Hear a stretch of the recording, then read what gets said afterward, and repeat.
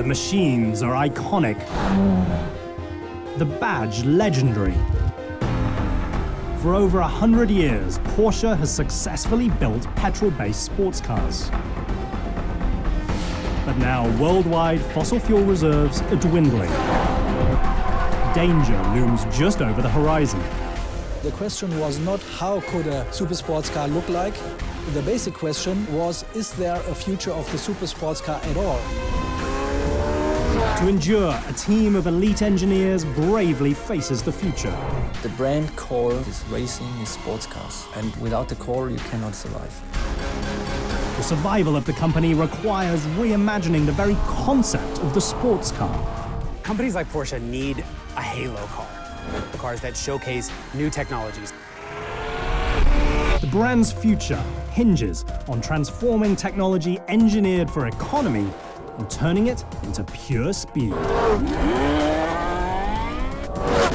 The result? The Porsche 918 Spyder.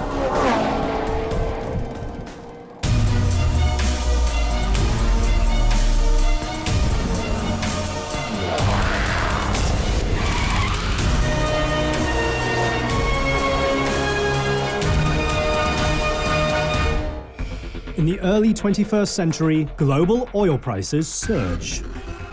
Instantaneously, the automotive landscape changes. Fuel economy is important because of emissions. Frankly, the more fuel you burn, the more you're going to emit. The European legislation in particular is looking at the total amount of gasoline a car burns. After years of ignoring environmental realities, automakers are forced to act. The times have changed. The questions which are asked by the publics are totally different. As fuel economy numbers move to the forefront of consumers' minds, thirsty sports car sales plummet. This is a company that's known for its sports cars. It now does make SUVs, it makes sedans, but it's the sports cars that define this company. Overnight, the brand's flagship vehicle, the 911, is in danger of becoming a relic. The future of Porsche is at an impasse. Everybody is discussing about energy resources and environmental pollution. Porsche's answer is to boldly introduce a radical new concept car at the 2010 Geneva Motor Show. We had the plan to show that a super high-performance car can also be super efficient.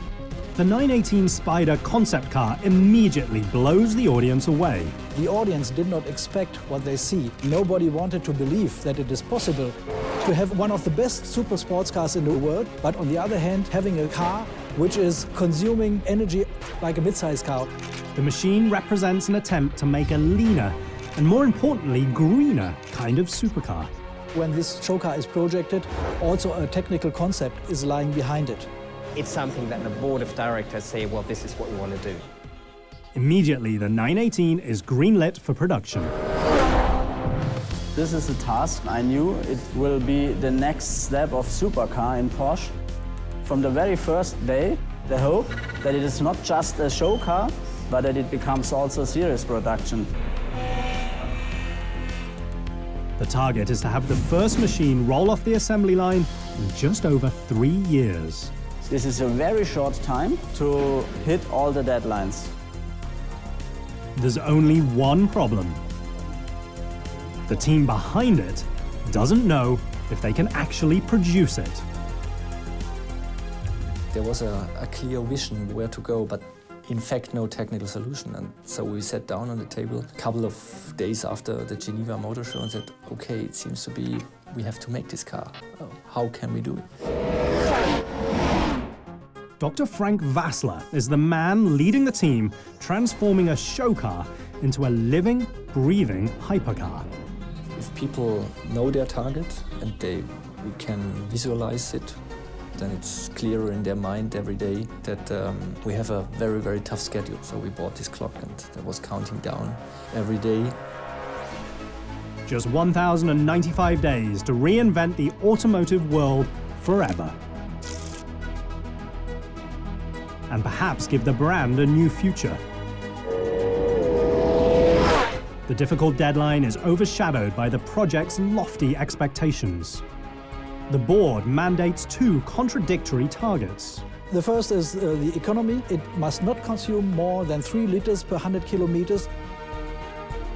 3 liters per 100 kilometers is the equivalent to 78 miles per gallon. The second is to have the best time at the Nürburgring. In our opinion, the Nürburgring is still the principal measure for super sports car. High performance and high fuel economy typically lie on opposite ends of the automotive spectrum. The Porsche corporate board wants a production machine that can do both. The show car had only ideas on the technology, but no really engineered solutions. Every aspect of the new machine either pushes technology forward or forces the team to create it. There was a small group of engineers working on what could be feasible, how could it work, and of course we had the designers making interior, exterior design. You have the design and then the hard work starts because you have to fight it through with the engineers, production people and everything. The big challenge in making a supercar with all this hybrid technology in it is how do you make it all fit within existing supercars? You can't have a supercar the size of a bus. To meet the deadline, engineers borrow concepts from two of the most famous Porsche platforms ever built. The ultra-exclusive and hallowed Carrera GT supercar and the highly successful RS Spyder Le Mans prototype. We have learned a lot of things in the racing, and we have also learned a lot of things in the Carrera GT. This experience and this knowledge we brought together in the 918. Only 1,720 units of the Carrera GT were ever built. The machine's value doesn't lie in its exclusivity, but rather the carbon fiber used to build the machine's monocoque frame. Engineers decide that in order to satisfy the 918's two performance targets, they must use a similar strategy to save weight. The key enemy for a sports car is weight. The concept had to be that the car has to be super light. The team also borrows the engine technology derived from the RS Spyder racing machine. We have to take a race-bred engine, our V8 engine from our successful race car. A 608 horsepower, naturally aspirated V8 engine. The proposed powertrain combines the Porsche racing V8 with two electric motors. It was clear that we want to have 3 power plants, the combustion engine and 2 electrical motors, but it was not clear what electrical motors we have to use, where we can get it, what cooling is necessary, what power supply is necessary. That is the task of the realization phase.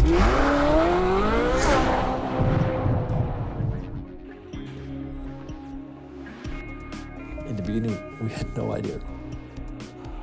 But we just started to make it.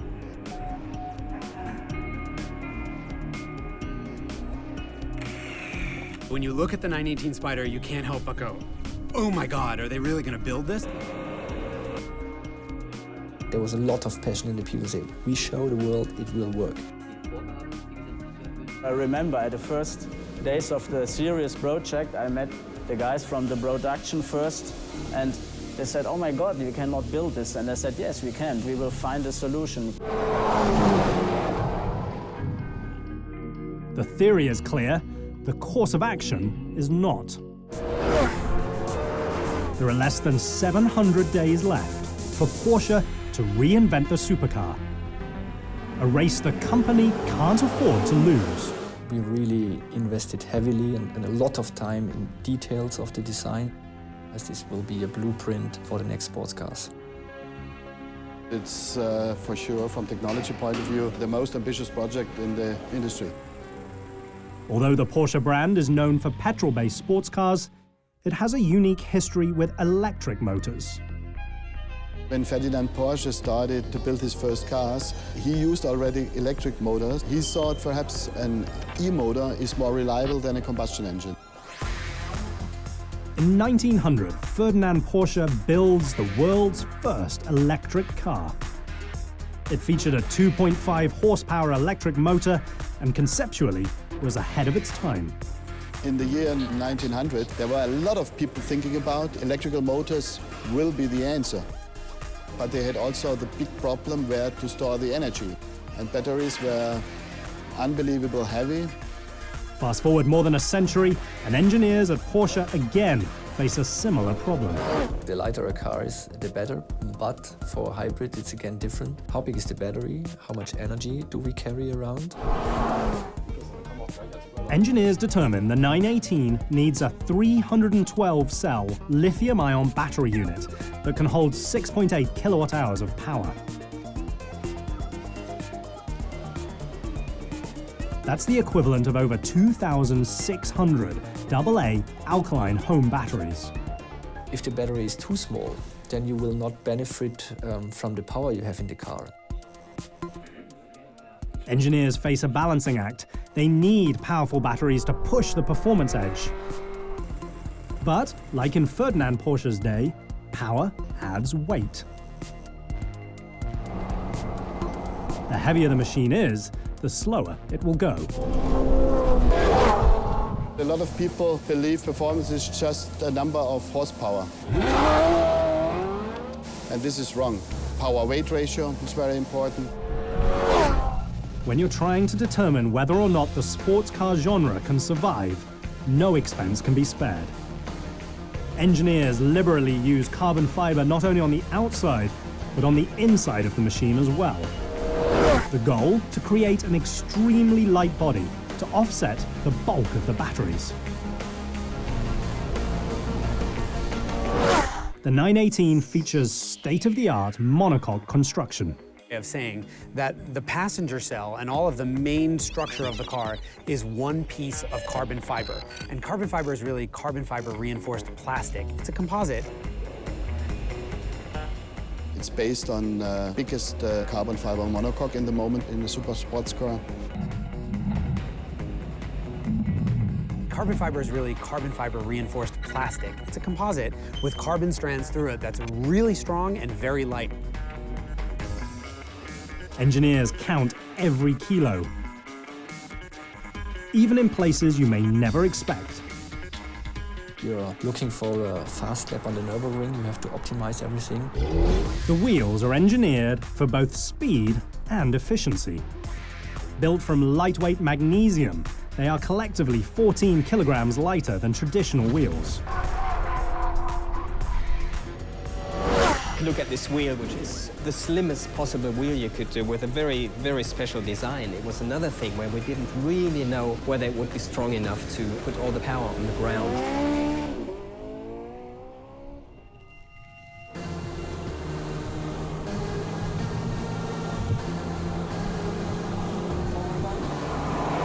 The result is a chassis and crash structure which weighs a scant 220 kilograms.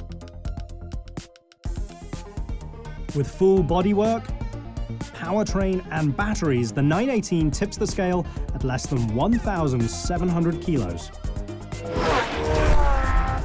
The powertrain is the heaviest part of the 918, so engineers put their racing-derived V8 engine on a diet inside a computer environment.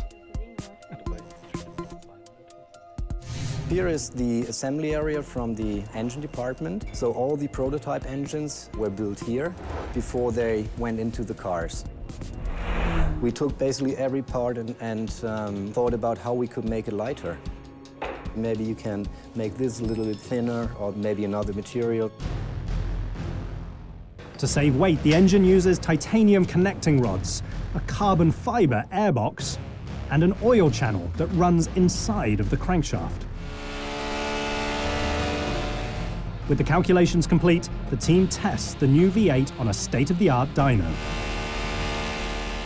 High ref engine, that was one of the targets. We wanted to make it 9,000 RPM. On the other hand, we wanted to have a very light engine. The most emotional engine that we could think of. The team places all that emotion inside the chassis with pure performance in mind. The general layout of the car, the space where we put in the battery, where the engine is, where the gearbox is, where the driver is sitting, and then lower everything to make the car as stiff as possible. Nearly 80% of the machine's weight sits below the center line of the car, helping it achieve tremendous cornering speeds on a racetrack. If your layout is right, then you have the best chance to make a really fast car. Many auto manufacturers strive to build machines with an equal 50-50 weight distribution between the front and the rear of the machine.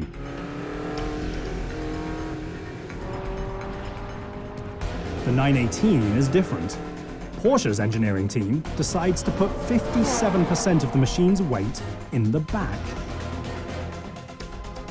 A historical nod to the company's 911 rear-engine knowledge base. While the future of the sports car might be in question, the Porsche philosophy is not.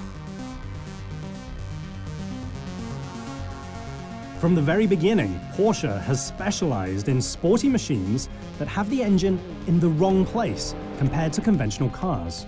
In the back of the 918 Spyder is a fairly conventional hybrid system. That means it's a V8 engine that makes all kinds of noises. It's one of the lightest engines in the Porsche stable, weighing just 140 kilograms. As the team continues to refine the V8 engine, other engineers turn their attention to the two cutting-edge electric motors. There's an electric motor that can start the engine or it can power the car. In the back of the car, engineers pair a 156 horsepower electric motor with the V8. They design the proposed electric power plant in yet another virtual environment. Then they test it in the real world on a unique set of dynos. The cool bit is up front, where you'd normally have wheels that just steer and brake. There's an electric motor up there too, and that can power the car. Having an electric motor on the front and this combination of electric and gas in the back makes the 918 Spyder four-wheel drive and really fast. That 129 horsepower electric motor comes to life inside the ZF factory in Friedrichshafen, Germany. The process starts with the assembly of the engine stator. It's one of two key components that make up an electric motor. The motor uses electricity to create magnetic fields that move around in a circle. A stator is the device that creates this force, and it encourages the rotor, which is connected to the wheels, to follow it. We are in the factory for the first production step of our stator. A technician places a lamination stack inside a welding machine. The stack looks like a solid piece, but it's actually 200 sheets of metal. We start with connecting the coils up to the yoke. 24 coils on one yoke. It makes one stator in every 180 seconds. Each bundle has 50 windings of wire. The wires are brazed, a process where solder is heated up to 650 degrees Celsius in order to connect two electrodes together. We go down to 1.5 tenths of a millimeters in tolerance. A third of the thickness of a human hair, for example. The stator looks complicated, but it's actually the easy part. The rotor is the challenge. It houses the stator. Its job is to use electricity and magnetic force to create movement. These red parts here, this is the stator, and here we have the rotor, the outer part, that's rotating. The rotor uses 32 very special magnets to do it. The force of these magnets we use is about 40 to 60 times higher than the magnets you would use on a refrigerator. They are responsible for the power, the torque you get out of this electric system. Those magnets are held in check not by bolts, but rather glue.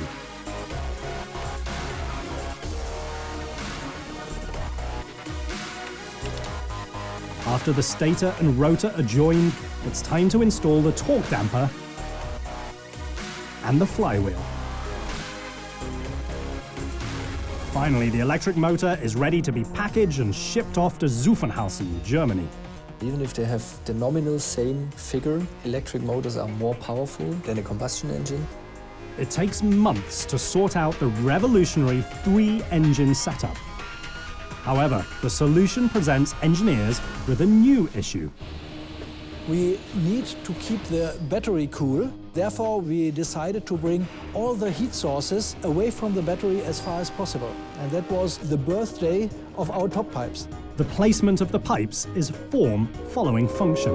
Having the exhaust exit from the top of the machine allows both the V8 and the battery to occupy the same space without overheating. The top pipes are an extremely clever solution, and design-wise, it's really cool. We thought, what's the shortest way from the exhaust valves to the outside of the car? In this simulation model, you can see the effects of the hot exhaust air coming out of the top pipes. The placement of the exhaust pipe solves the heat issue and helps the aerodynamics, but it also creates yet one more challenge. The exhaust gas exceeds 900 degrees Celsius, which will melt the carbon fiber exterior. So the team has to tune the airflow to avoid conflict.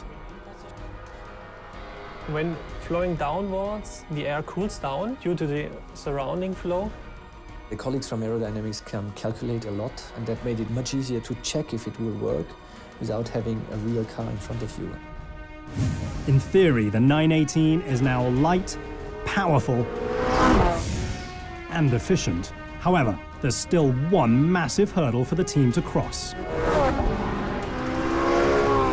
They still need to test it in the real world.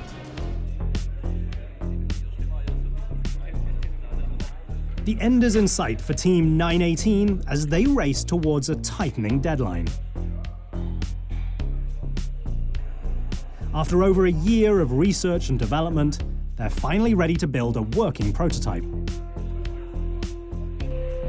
Now it's time to test the machine in the real world. With nearly 900 horsepower in a 3-engine vehicle that weighs just under 1,700 kilograms, the word fast may not do the 918 justice. But Team 918 still isn't sure how they'll control all that power. We talk days and hours on the driving modes, how they should feel like and how the differentiation should be.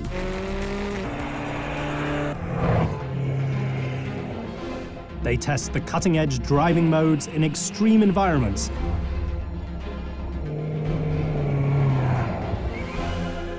and take prototypes to Sweden, Africa,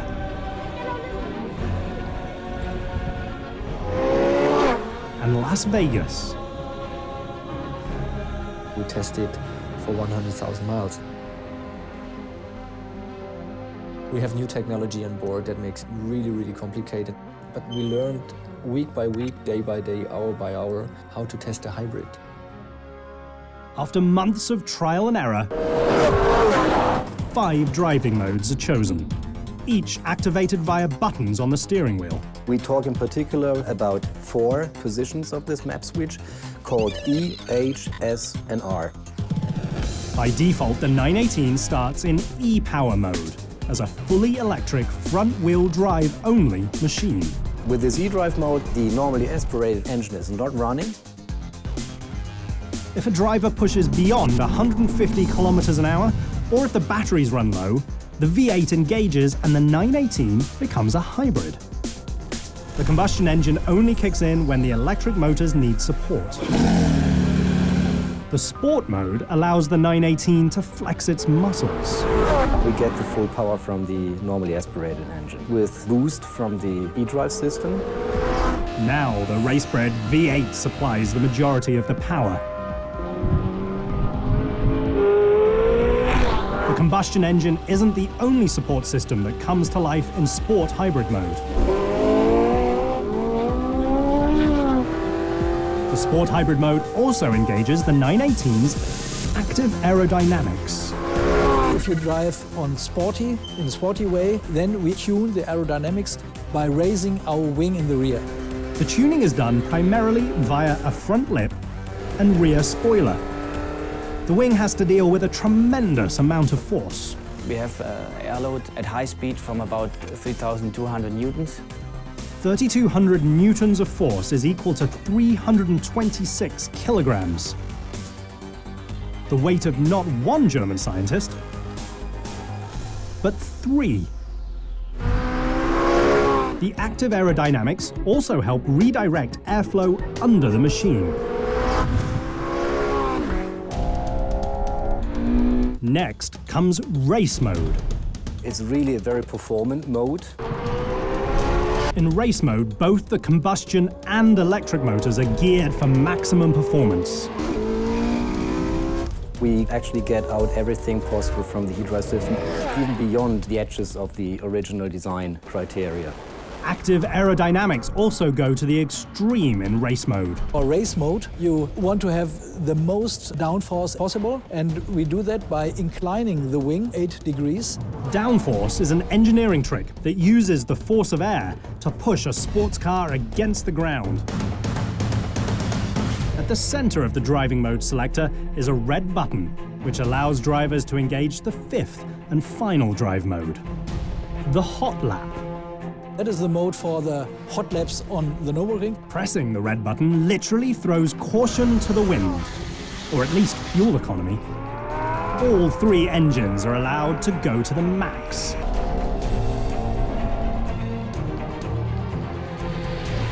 None of the computers care about preserving battery charge, pushing the 918 to its 339 kilometers per hour top speed. People associate hybrid with slow, and that's going to change big time. The Porsche team has raced against time to meet their design and efficiency goals. Only one target is left.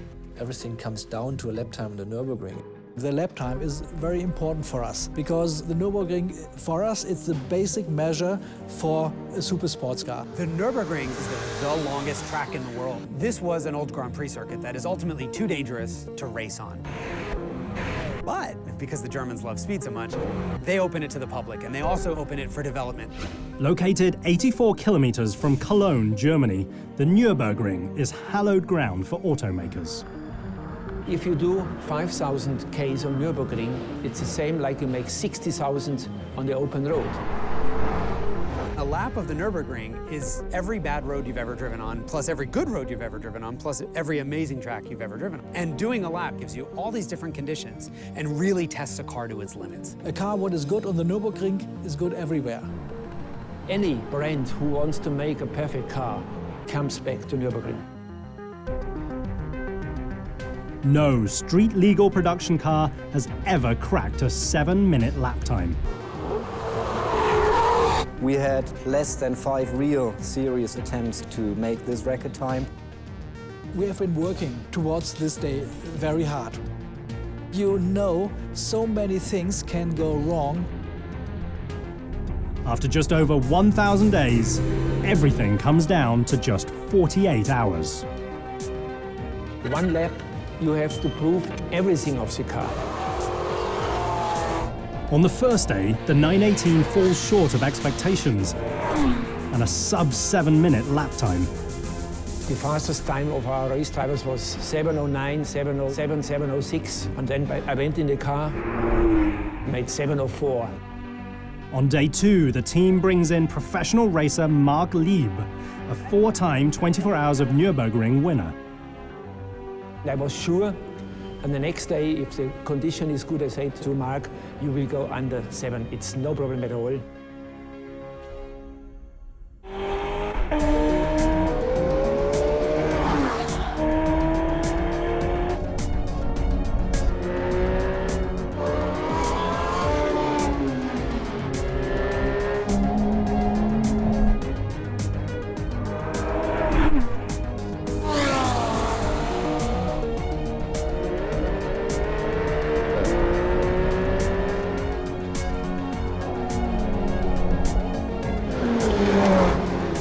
His second lap was 6 minutes and 57.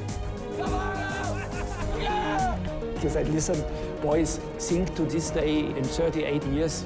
The boys said, why? He said, 38 years, you are as old as I am today. The final lap time, 6 minutes and 57 seconds. The fastest lap ever for a street-legal car around the Nürburgring Nordschleife. This is a number which nobody could imagine, let's say, even 5 years ago.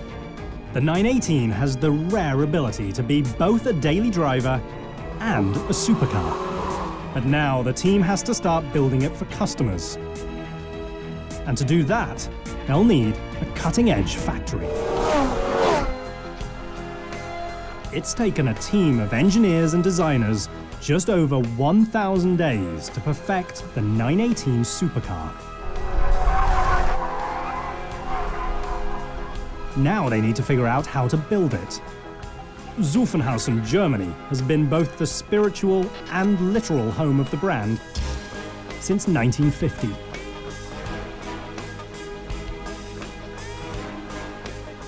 Inside of these hallowed halls, Michael Drolshagen is the man in charge of 918 production. 918 Spyder is a handmade product.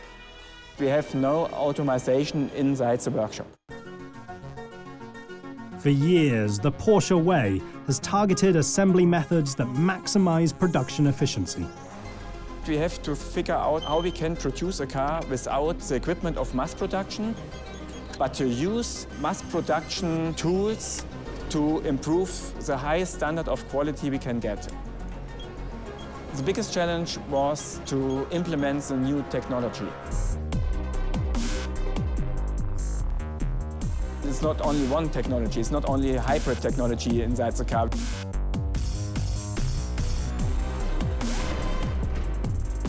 The monocoque is the first piece of cutting-edge technology to arrive at the factory.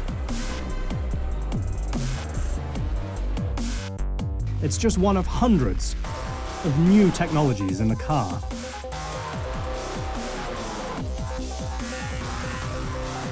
New tech that requires an extremely efficient factory layout. Keep in mind, we have only 4,000 meters in square available for the complete pre-production and production of the 918 Spyder. It's a tiny space to handcraft a cutting-edge car. So Drolshagen splits the entire process in half. On the one side you have the main line, and on the other hand the pre-assembly of all our parts. The first half of the process begins with pre-assembly and the heart of the 918, the 4.6-litre, 608 horsepower, direct-injected internal combustion V8 engine. We are right now in the engine area where we produce all our engines for the 918 Spyder. We pimped it up for the 918. It's a 918 color, acid green.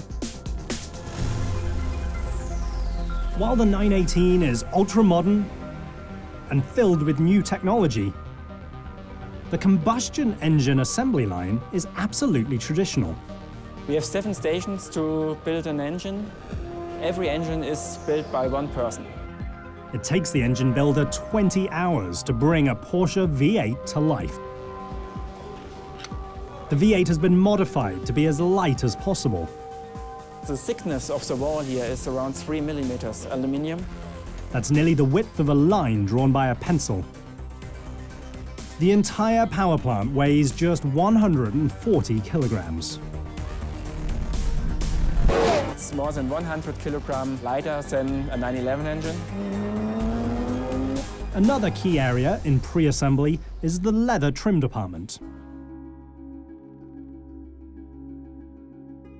As you can see here, we produce our leather parts handmade in around 8 hours. It takes twice as long to handcraft a 918 interior compared to mass-produced Porsches. Everything from seat pads to sun visors is hand-stitched with the greatest of care. The Sun Advisor, we stitch 220 stitches and more than 90 minutes. Once pre-assembly is finished, the 918 begins to take form on the main line. We build the car on the engine, then we fit the parts from inside to outside. Working inside out is one of the unique concepts behind building the 918. The first step is connecting the V8 engine to the rear electric motor and the dual-clutch gearbox.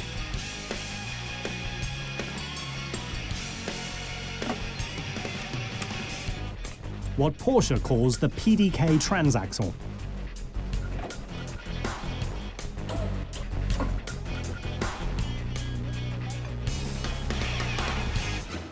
The traditional hybrid powertrain is housed in the rear half of the monocoque, which is both light and strong, but isn't structurally sound until the engine is bolted into it. This is like a bridge for the engine to fit the engine cradle together with the engine, the gearbox and the electric drive.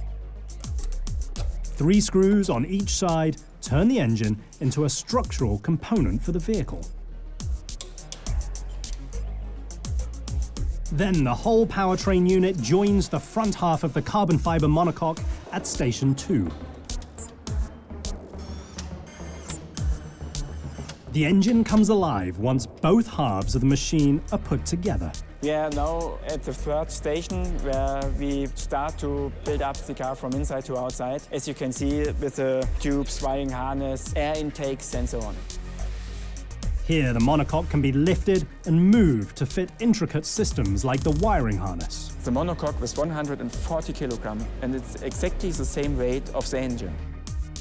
Minimizing the weight of both the engine and the monocoque is one of the keys to the 918's performance on a racetrack. Another is keeping the center of gravity low. So they put the heaviest part of the car in the bottom, the battery. This hole you can see here is for the high voltage battery. And with the cables is connected to the front electric drive here. Once they finish wiring the battery, the 918 is ready for the last of its 3 power plants. The front electric engine. It arrives at the line already pre-assembled to the front suspension.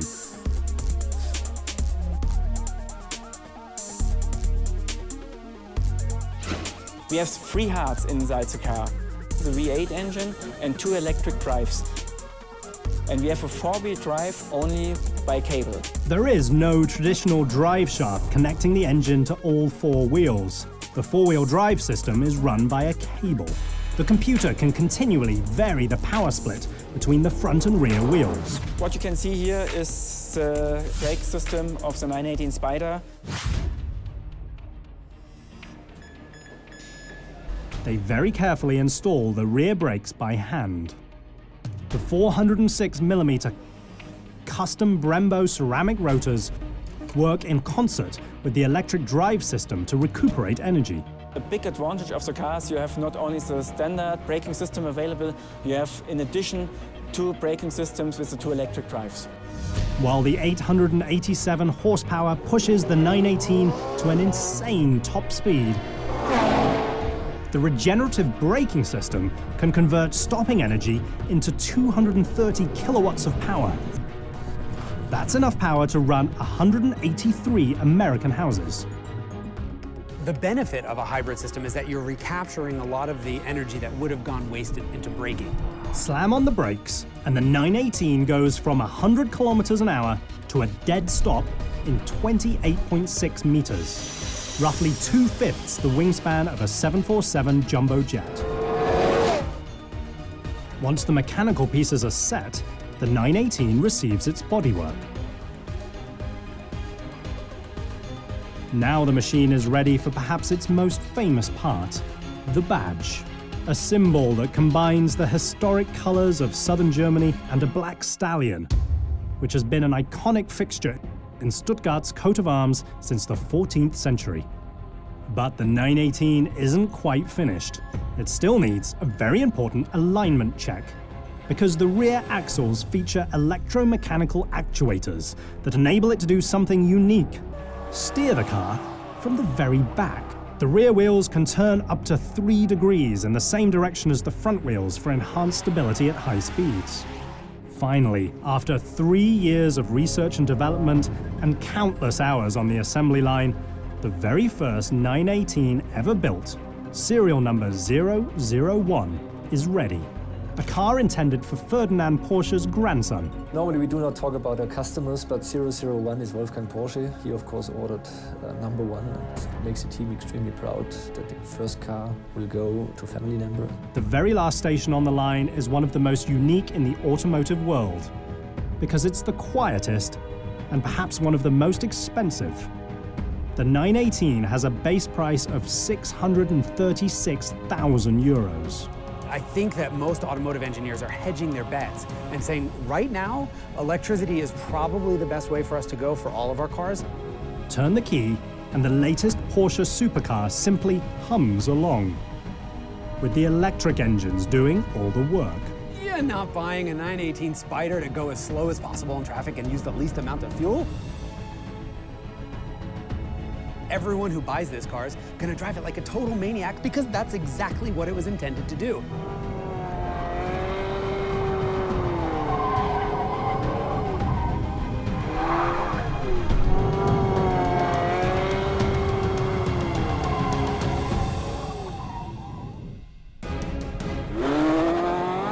Put the pedal to the metal, and all three motors come roaring to life. Anytime you get into an electrically powered car, whether it's just a pure electric vehicle or a hybrid that's electric intense, it is immediate, psychotic acceleration. It's unlike any gas engine.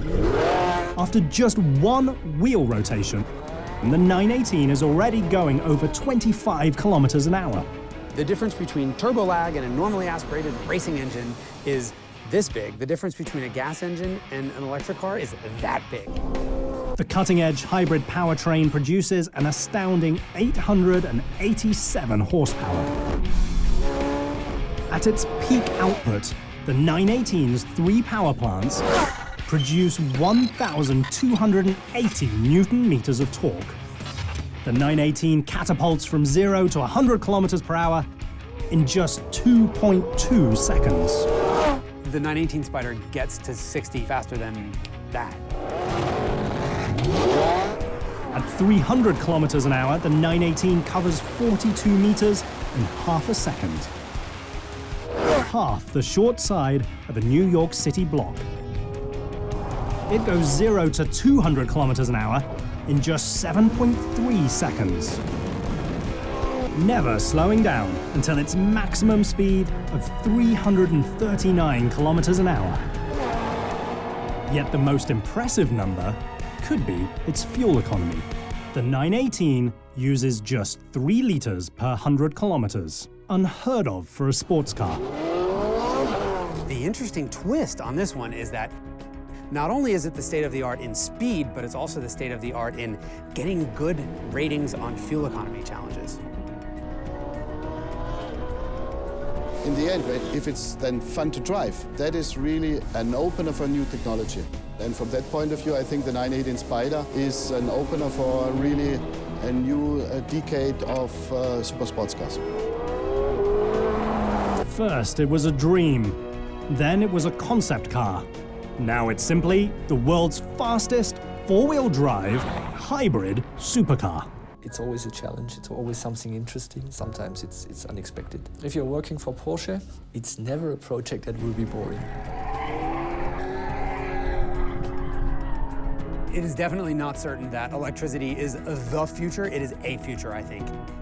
But it looks like every probable direction is heading towards electric.